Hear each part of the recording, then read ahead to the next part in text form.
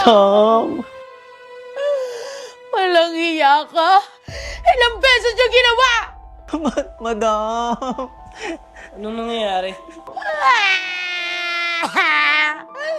Ilang beses yung ginawa. Isa, dalawa, tatlo. Masarap ba ang asawa ko? Ha? Wala naman nangyari sa amin ah. Hindi ikaw kinakausap ko.